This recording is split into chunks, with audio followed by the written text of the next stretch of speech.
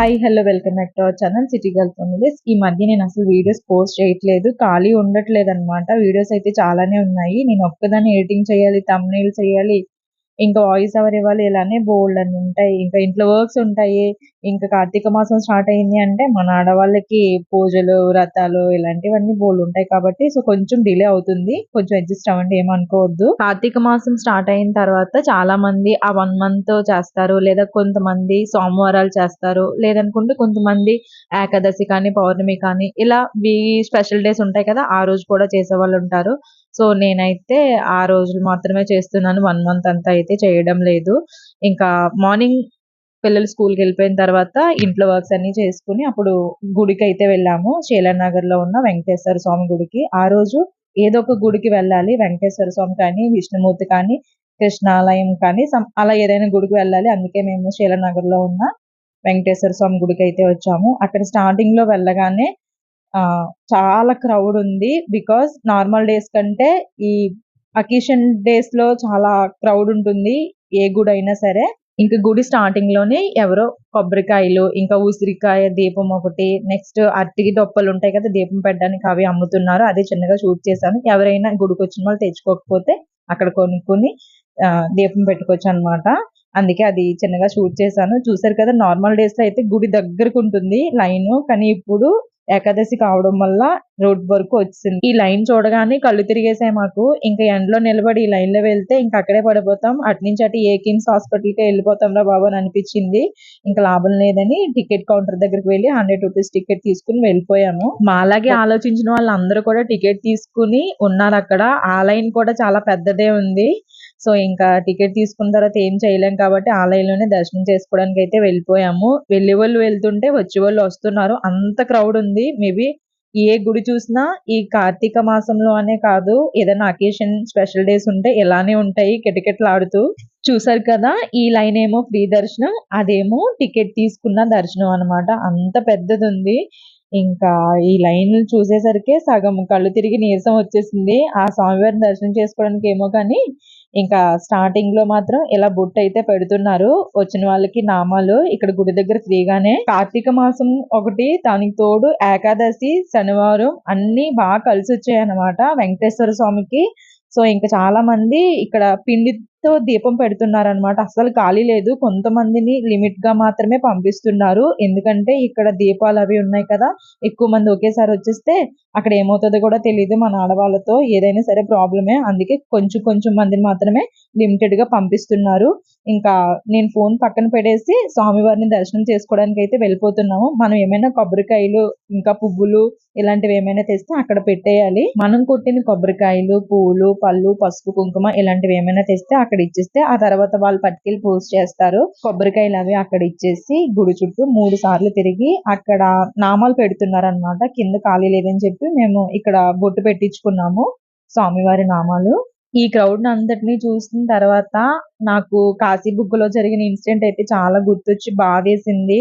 అసలు ఏమవుతుందో కూడా అర్థం కాలే సిచ్యువేషన్ లో ఉన్నాం అందరం కూడా. అలాంటి ఏమైనా ఇన్సిడెంట్స్ జరిగితే ఈ నవంబర్ స్టార్ట్ అయిన మొదలు అన్ని ఇలాంటి వార్తలే వింటున్నాము. మంచో చెడో తెలియదు, కానీ ఏది ఏమైనా సరే ఆ దేవుడి మీదే భారం వేసి మనం లైఫ్ ని లీడ్ చేయాలి, తప్పదు. ఎప్పుడు ఏది ఎలా పోవాలి అనుకుంటే అలా పోవాలి. ఆ శివుడు ఆజ్ఞ లేనిదే చేమైనా చావదు అంటారు కదా.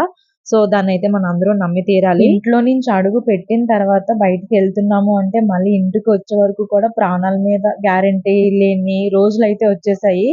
సో ఇంకా జాగ్రత్తగా ఉండడం తప్ప ఇంకేం చెయ్యలేం మనందరం. మనం జాగ్రత్తగా ఉన్నా కూడా ఎదుటి వాళ్ళు సరిగ్గా లేకపోతే ఇద్దరు కూడా బాధపడుతున్నారు. అలాంటి ఇన్సిడెంట్స్ చాలానే ఉన్నాయి.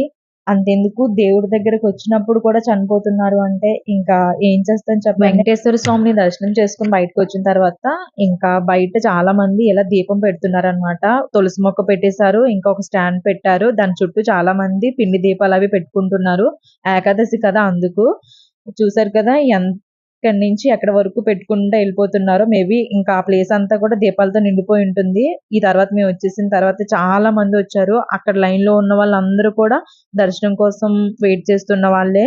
ఈ కార్తీక మాసంలో గుడి దగ్గర ఏదో ఒక రోజు ఒక దీపం పెడితే చాలా పుణ్యం వస్తుందంట. సంవత్సరం అంతా కూడా దీపం పెట్టినంత పుణ్యఫలం లభిస్తుందని మనం చాలా ప్రవచనాల్లో వినే ఉంటాము. చాలా మంది కార్తీక మాసంలో 365 ఒత్తులు కానీ లేదా 66 ఒత్తులు కానీ వెలిగించేస్తారు. పౌర్ణమి రోజు కానీ, ఏకాదశి రోజు కానీ, ఏదైనా ఒక సోమవారం కానీ. ఎందుకంటే మంత్ అంతా చేయలేని వాళ్ళుంటారు, చేసేవాళ్ళుంటారు. ఎవరి వీలుని బట్టి వాళ్ళు ఎలాగా ఈ దీపం పెడతారు. ఈ దీపం పెట్టడం వల్ల మన సంవత్సరం అంతా ఆ దేవుడికి దీపం పెట్టినంత పుణ్యఫలం లభిస్తుందని ఒక నమ్మకం.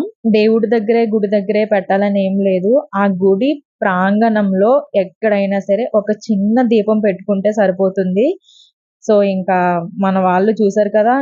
గుడి చుట్టూ పెట్టుకుంటూ వచ్చేస్తున్నారు. అలా వదిలేస్తే గుడి చుట్టూ ఇంక అల్లేస్తారనుకుంటాను ఈ దీపాలతో. ఎందుకంటే ఈ తర్వాత చాలా క్రౌడొచ్చింది. మామూలు క్రౌడ్ కాదు. అంతటి పుణ్యఫలం ఉన్న ఈ కార్తీక మాసంలో మీరు కూడా ఇప్పటికొచ్చి ఇంకా ఎవరైనా సరే ఒక దీపం కూడా పెట్టకపోతే వెళ్లి దీపం పెట్టండి. ఇంట్లో వాళ్ళు ఎవ్వరైనా సరే పెట్టొచ్చు. ముఖ్యంగా ఇంటి యజమాని అదేనండి హస్బెండ్స్ లేదా మన నాన్నలు ఉంటారు కదా! వాళ్ళతో దీపం పెట్టిస్తే మన ఇల్లు అంతటికి కూడా పుణ్యఫలం వస్తుంది. అందుకే ఇంకా ఎవరైనా అలా దీపం పెట్టలేదు అంటే గనక ఈ కార్తీక మాసంలో వెళ్లి అర్జెంట్‌గా ఈ సోమవారం దీపం పెట్టించేయండి లేట్ చేయకుండా. మంచో చెడో తెలుసో తెలియకో ఎక్కడో ఒక దగ్గర చిన్న పొరపాట్లు చేసే ఉంటాము. అవన్నీ పోవాలి అంటే అట్‌లీస్ట్ మనం చేతులు దండం పెట్టుకుంటే చాలు మనస్ఫూర్తిగా. సో, ఇంక ఇవన్నీ మీ అందరికీ తెలిసిందే కాబట్టి ఇంతకు మించి నేను చెప్పదలుచుకోలేదు. మళ్ళీ నన్ను తిట్టుకుంటారు. వీడియో లాగ్ అయిపోద్ది. ఈ కార్తీక మాసంలో శివుడికి ఇక్కడ కనిపిస్తున్న పువ్వులు వైట్ కలర్‌లో ఉన్నాయి కదా! అవంటే చాలా చాలా ఇష్టము. లేదా తెల్ల జిల్లేడు పువ్వులు కానీ ఇలాంటివి చాలా ఇష్టం. ఇంకా గొబ్బి పువ్వులు, ఇంకా ఉసిరి దీపం ఇలాంటి చిన్న చిన్నవి ఆ దేవుడికి చాలా అంటే చాలా ఇష్టము. ఆ పువ్వులు చూడడానికి ఇప్పుడు ఎక్కడ కనిపించట్లేదు. మా చిన్నప్పుడైతే బోలెడన్ని ఉండేవి మా ఇంటి దగ్గర.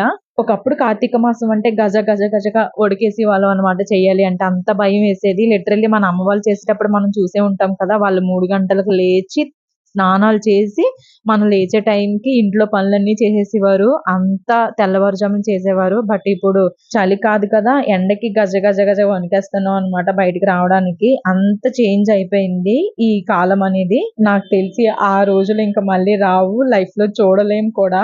ఉండి కొద్దీ ఇంకా ఇంకా పాడైపోతుంది తప్ప ఈ జనరేషను.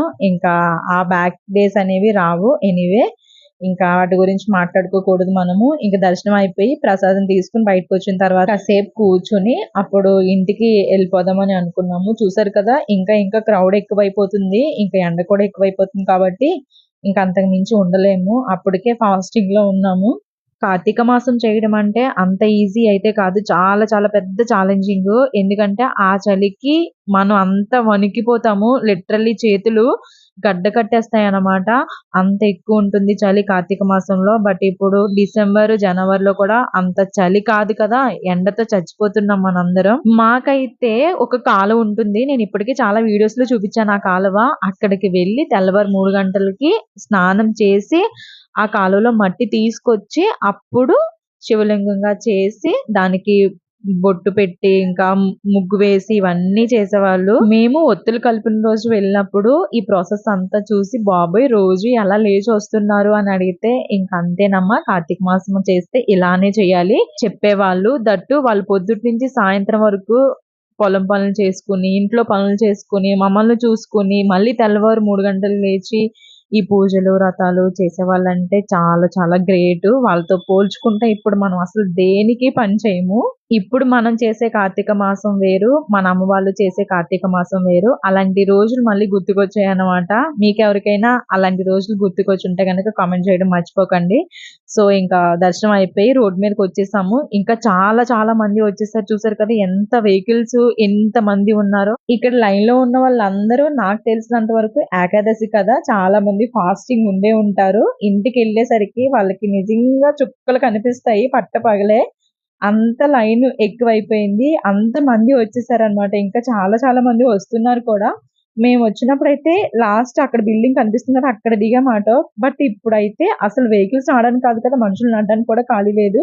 ఐ హోప్ ఈ వీడియో మీరందరూ ఇప్పటివరకు చాలా ఓపికగా చూసారని అనుకుంటున్నాను. ఇంకా ఇలాంటి వీడియోస్ చాలానే ఉన్నాయి నా ఛానెల్‌లో. Thanks for watching.